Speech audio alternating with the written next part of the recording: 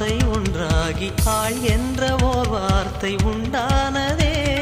காதல் என்ற மந்திரத்தின் மாயம் என்ன, கல்லும் முள்ளும் இப்போது பூவானதே. வானவில்லின் துண்டொன்று மண்ணில் வந்து யாருக்கும் சொல்லாமல் பெண்ணானதே. தென்மேற்கு பருவ